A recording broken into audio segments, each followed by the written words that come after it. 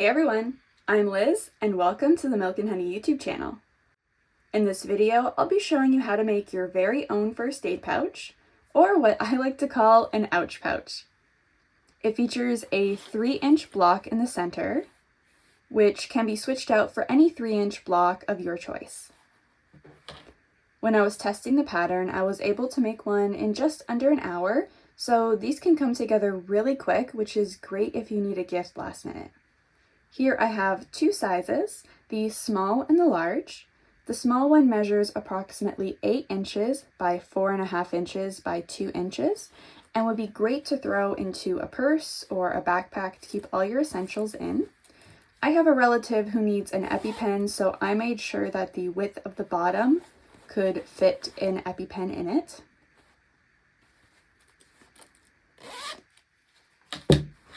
And the large one measures approximately 10.5 by 7 inches by 2 3/4 inches and would be great to store a more extensive kit while traveling for a longer time, or it could be kept in a car or brought on a camping trip. Just to give you an example, here is the inside, so you can kind of judge based off of this one, like this one can fit inside of it. It's a fairly larger bag. So in this video, I'm going to show you how to make the smaller size. So if you'd like to make one of your own, keep on watching. I'll have the measurements for the small size listed in the description below. If you'd like to make the larger one, the measurements can be found on my printed pattern, which can be found on my website, linked below. Let's get started. For the cutting, I've labeled the pieces alphabetically so you can follow along with this video regardless of the size bag that you're making. If you'd like a free printable to keep track of the pieces, you can also grab that below.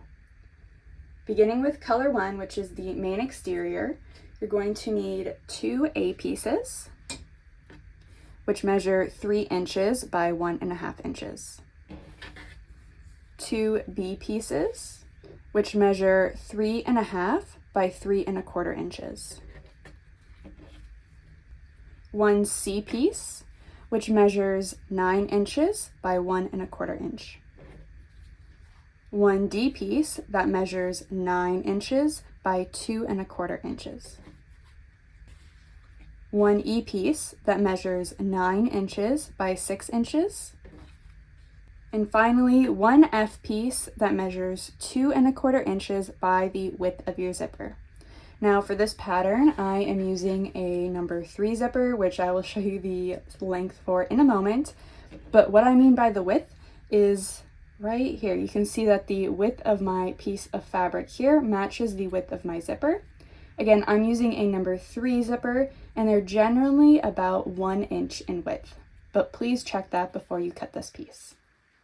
For color 2, which is going to be the plus or the red cross center in the block, you're going to need 1 G piece, which measures 3.5 inches by 1.5 inches. And you will need 1 H piece that measures 3 inches by 1.5 inches. For color 3, which will be your lining, you'll need 2 I pieces, which measure 9 inches by 6 inches.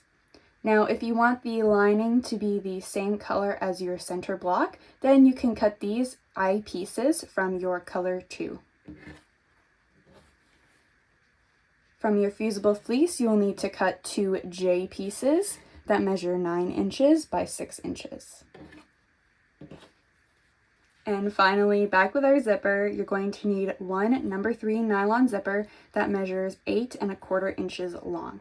Now you can use a number 5 zipper if that's what you have. Just keep in mind that the width of it will be a little bit wider, so you will have to adjust the one piece I mentioned before. Now before we start sewing, please keep in mind that we're going to be using a 1/4 inch seam allowance and a 1.8 stitch length unless otherwise stated. Now that our materials are all cut, we can begin with our first sewing step, which will be making the center block. We're going to place 1 A piece and 1 H piece so that the right sides are facing each other, just like so, and that all the edges align. And if you'd like, you could put a pin in it to keep it secure. we're going to take this to our sewing machine and we're going to sew a 1/4 inch away from the edge of one of the long sides. All right, after it is sewn, it's going to look something like this. And what we're going to do is we're going to open it up, and depending on the fabric selection you picked, we're going to fold the seam so it is on the darker side of the fabric. So for me, I'm going to go with this pink fabric because it's a little bit darker than this cream fabric. I'll just show you the back. So we see that seam there is pointing towards the darker fabric. So we're just going to take this quickly to our iron and make that seam nice and crisp. Now we're going to take our joined piece and our remaining A piece, and we're going to place them right sides together, aligning the A piece with the open side of the H piece on the long edges. And like before, we're going to sew a 1/4 inch away from the edge. So after that's sewn, like before, we are going to open up the fabric and we're going to point the seam in the direction of the darker fabric. So we're going to give that a quick iron. So now we should have something that looks like this, and we're going to cut this down to be part of our block. So to do this, we want to find the side that measures 3 inches. So using our cutting mat here, we can see this side is 3.5. And this is the 3-inch edge. So we're going to grab our ruler and our rotary cutter, and along this 3-inch edge, we're going to measure 1.5 inches. Just like this.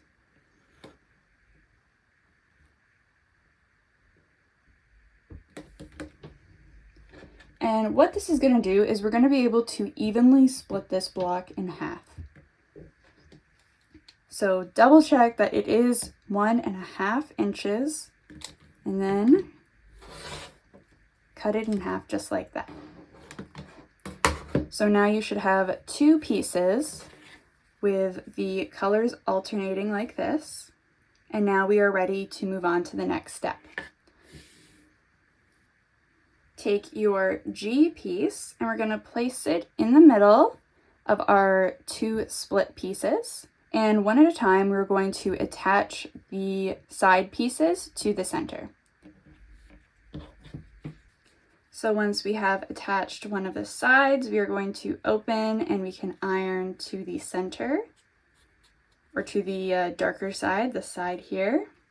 And then we can take the other piece and line it up just like so. And then sew across the edge here. All right, so after the pieces have been sewn, it should look something like this. I already went ahead and ironed my block, and just so you can see on the back, I pointed my seams inward. So now we're going to place our B pieces of fabric on either side of our block, and we want to be really careful with the orientation of these, because remember, these aren't a perfect square. So one edge is going to be longer than the other. Our center block should measure approximately 3.5 by 3.5 inches. So we want to make sure we line up the side that is 3.5 inches. See, this one isn't quite long enough. So we want to make sure that on both sides we're matching up the 3.5 inch edges. So working with one side at a time, we're going to flip the fabric so that the right sides are facing. And we're going to sew the pieces together using a 1/4 inch seam allowance. So once it's sewn, we're going to open and iron the seam toward the right side, or toward the B piece. And for now, I'm just going to press it with my fingers. And like this side, we're going to flip our B piece over onto the block. And I'm just going to rotate it to make it a little bit easier to sew it. And I'm going to line up the 3.5 inch edge and sew this piece down as well. And then I'm going to take it to the iron and press both of my seams. So after that's pressed, we should have something that's looking like this. Now we're going to take our D piece and we're going to lay it along the top edge, and we're going to flip it so that the right sides are facing and the long edges are lined up. and we're going to sew down to secure. Then we're going to open and iron the fabric toward the D piece. So after our C piece is attached, I just realized I called this the D piece. It's actually the C piece. But if you put your D piece on, that's okay because this block is reversible. So yes, make sure you put your C piece on whatever edge you want to be the top. Now we're going to use our D piece, which should be the wider one, and we're going to line it up on the bottom edge of the pouch with the long edges, and we're going to place them right sides together. And if you want, you can use pins or quilting clips to keep this in place, and then we're going to sew across the edge to secure it. So after it has been attached and ironed, it should be looking something like this, and we are almost done with our front piece. The final step is going to be fusing the front exterior to the fusible fleece. So we're going to take one of our J pieces, and there are two sides to fusible fleece. There is a softer, smooth side and a rough side. The rough side is actually glue, so we want to lay it down so that the rough glue side is facing up, and our front panel, the wrong side, is facing down, because these are the pieces that we want to be fused together.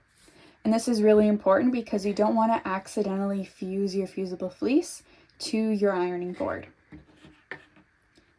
So when you put it down, just make sure that everything is nice and smooth and aligned. And you're going to take this to your iron, and you're going to iron it using the manufacturer's instructions for your fusible fleece. And don't forget to do it on your other piece. So you're going to use your E piece and your J piece, your fusible fleece, making sure that the glue side and the wrong side of your fabric E is matching up. They're facing each other, and you're going to fuse this as well. This is going to be your back exterior piece. So after both of our pieces are fused, they should be looking something like this. So we're just going to put these aside for a minute, and we're going to work on our zipper now. Now we're going to take our zipper, and if you're using a zipper by the yard like I am, make sure that your pull is on at this point. We're going to identify the side of the zipper that the back end is on. And to figure that out, you can look at your zipper, and there's almost like one edge that has a point and the other side is flat. And the flat side is the back end of the zipper. So we want to work on this side of the zipper. So what I like to do is I just separate the side of the zipper that has the point that you'd be pulling towards so I don't get confused. So we're going to take our F piece. We're going to place it right side facing the back of the zipper, just like this. And we're going to use a 1/2 inch seam allowance, and we're going to sew across. So once it's attached, what we're going to do is grab the piece of fabric and bring it toward the front of the zipper, and I just like to flip it over, kind of press that seam in with my hands. And then going back towards the front where the teeth are, we're going to take that raw edge and fold it in to meet with the end of the zipper tape. And again, I just give it a quick little press with my hand, and then I fold it in one final time. And then I'm going to sew across. I'm going to use an edge stitch to keep the fabric in place. So now that our zipper tab is attached to our zipper, we can move on to attaching it to the front panel. So we're going to take our front exterior piece, and we're going to identify which end is the top. It is going to be the side where the panel at the top that we attached is shorter, so it's going to be this edge. We're going to grab a marking pen and a ruler, and we're going to make 2 markings. So measuring from the short edge of the exterior panel, we're going to mark 1/2 inch in on the top edge, like that, and like that. So these are going to be guides for us for attaching the curved zipper. You're going to also repeat these markings on the other fused exterior piece. Now, taking our zipper, we're going to face it teeth side down on the top edge of the panel to help us identify which side of the zipper tape we need to curve. So since this side, when facing down, is closest to the edge, this is the side that we're going to curve. So we're going to rotate the zipper tape 90 degrees so that the teeth are parallel with the short edge or the non-top edge. And we're going to line it up with the 1/2 inch marking that we made. We're going to take this to our machine and just sew a couple stitches right here to keep this in place. So after you have done your couple little stitches, you're going to take the other end of your zipper and you're going to bring it and meet it up with the other marking you made on the other side. And then like before, you're just going to put in a couple little stitches right there to keep that in place. Now we're going to attach the rest of the zipper tape to the front, and I like to pull out my quilting clips for this part. And we're just going to line up that edge of the zipper tape with the edge of the fabric all the way across until we get to the side that needs to be curved. So right now it looks a little weird. So what we're going to do is we're going to pull the tape up, and when you lay it down, it's naturally going to want to make a little fold in itself. So we're just going to help this process along by pulling the tape out so it faces toward us, and then we're going to fold it and create a curve. So it's going to look something like this. It's going to create a little point, and we want that point to face the edge of the fabric, the raw edge, just like this. So you're going to take this to your machine, and using a zipper foot, you're going to sew the zipper tape to the exterior piece. So after curving the zipper, it should look something like this. And as I was sewing across, I just pulled my zipper pull back and forth so I was able to get around the pull and sew a straight line. So we're going to grab an eye piece now, which is your lining piece, and we're going to face it right side facing the right side of the exterior piece. I'm using a solid, so I don't have a right and wrong side, but if you do, just keep a note of that. We're going to line up the long edges, and again, I'm just going to use some quilting clips to keep the fabric in place. And then I'm going to sew across the top. Again, just making sure to move my zipper pull around so I don't go over it or I don't have a wonky seam. So now that it is attached on, we're going to open up the fabric so we can see that zipper. And I'm just going to press with my fingers first, the lining. And then I'm going to bring the fabric so that the wrong sides of both pieces of fabric are facing each other. I'm just going to press with my fingers. And I'm going to take this to my iron and I'm going to press this seam down. So after it's ironed, we're going to have something that looks like this. And now we can attach the pieces to the other side of the zipper. So we're going to grab our fused piece that we've already marked, and we're going to line the markings up with the zipper tape like so.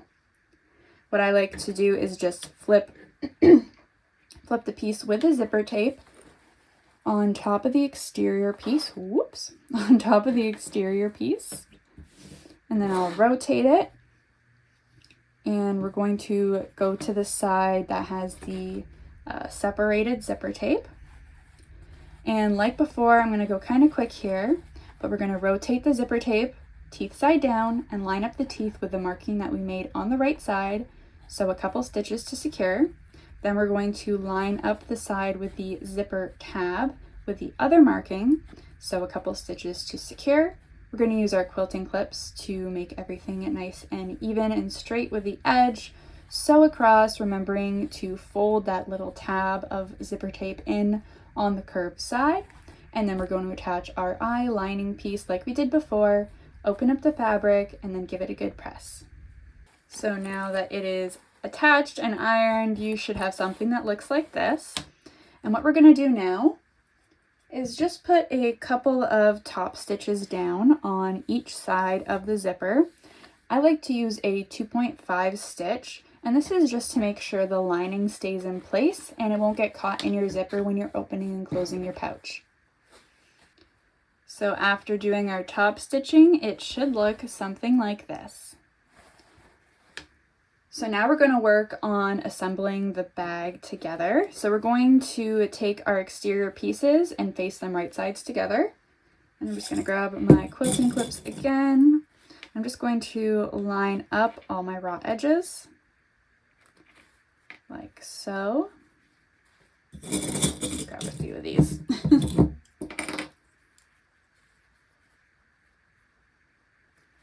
Now when I get to where the zipper is, oh, I almost forgot. I always forget this part, but it's a very important part. Make sure that your zipper is opened at least halfway or more. And this is so you can turn it inside out later. But yes, this is a very important step, so don't forget that. I do that quite often. So when you're lining up the seam here where the exterior meets the lining, I just like to pull the fabric back just to make sure it is lined up on both sides. And then I take a quilting clip and just pop it in place like that. And then we'll do the same thing on the other side. Now this is the side that has the zipper tab. So when we fold the fabric to meet, we want to make sure that the tab is facing the lining fabric. So we'll line it up just like that. Now if you want, you can go in and just put a couple stitches on both sides to secure it in place. Personally, I don't find it makes that much of a difference for me, so I don't do it, but if that's something you would like to try out, you by all means, you please try it out.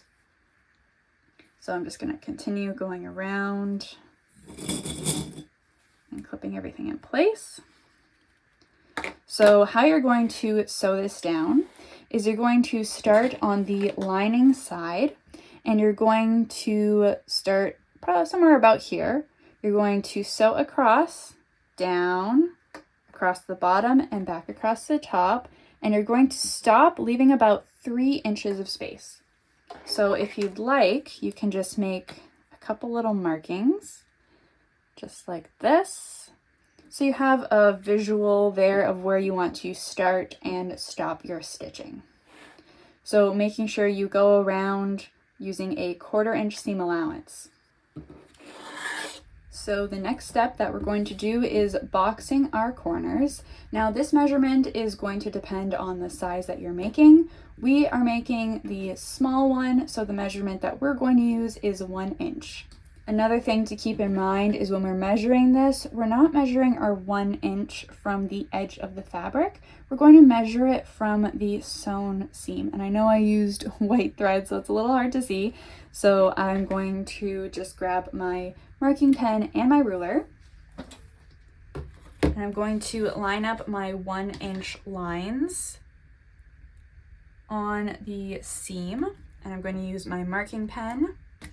And I'm going to draw across just like this on either side.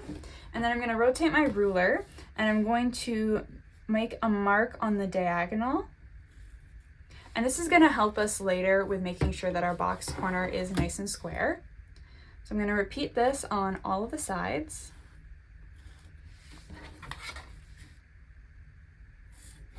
Whoops, that's a little crooked. Here on our lining. And if you are getting nervous about my pen, it's a washable pen, so all you have to do is use a little bit of water and it will come out. But I strongly suggest just testing whatever marking pen you're using on a piece of scrap fabric, because I actually ruined a quilt because I used a red friction pen and now I am so scared of friction pens. I only use the ones that come out in the wash or the ones that disappear just being in the air. So while I was talking, I flipped the bag over and I'm making those same markings on the other side, just like so.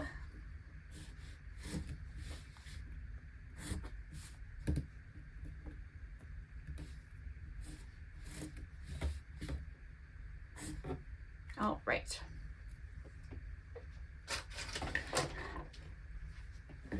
So what we're gonna do is just pull our pieces of fabric apart so we can have, so we can create kind of like a triangle on the bottom corner. So working with one corner at a time. And I just like to pull the fabric from the seam so everything is nice and taut. And this is where those diagonal lines come in handy because they should be sitting on the folds that you create from boxing your corners. So when doing this, you want to make sure that your seams are pointing in opposite directions. So what that means is this seam here right now is pointing the same way as the one on the bottom. So it's very likely that these points aren't going to match up perfectly. So the way you fix this is by folding one of the seams over to the opposite side, and then you can kind of just like rub the two seams between your fingers, and you can feel that they're nice and close together now.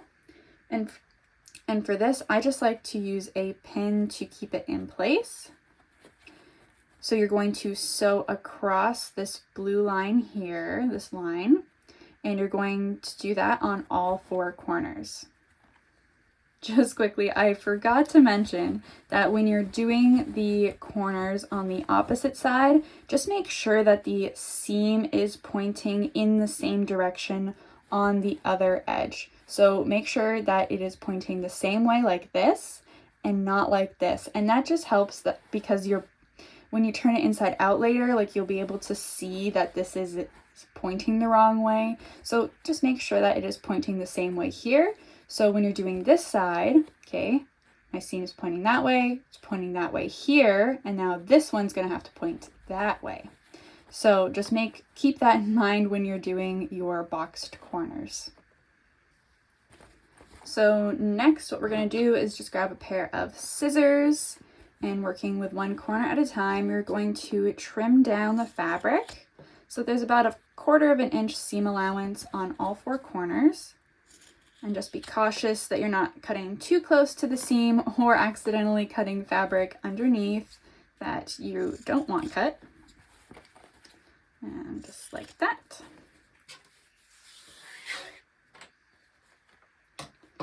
Now, using that hole that we left in the lining, we're going to start to turn our bag inside out. And just be careful when you're doing this. You don't want to pull anything too hard if it's stuck because you don't want to rip any of your seams or your fabric that you just spent all this time on. So just take your time and work slowly. And just like that, see our bag is coming out. So when we get, I just have my hand inside the bag, inside that hole. And I'm just going to poke out our corners for the bag here. On both sides, just like this. And you can see how those corners met up really nice. It is my favorite way to do boxed corners. I find you get really sharp results. And we're going to do the same thing, just poke out our corners in our lining. Now our final step is going to be closing this hole in our lining.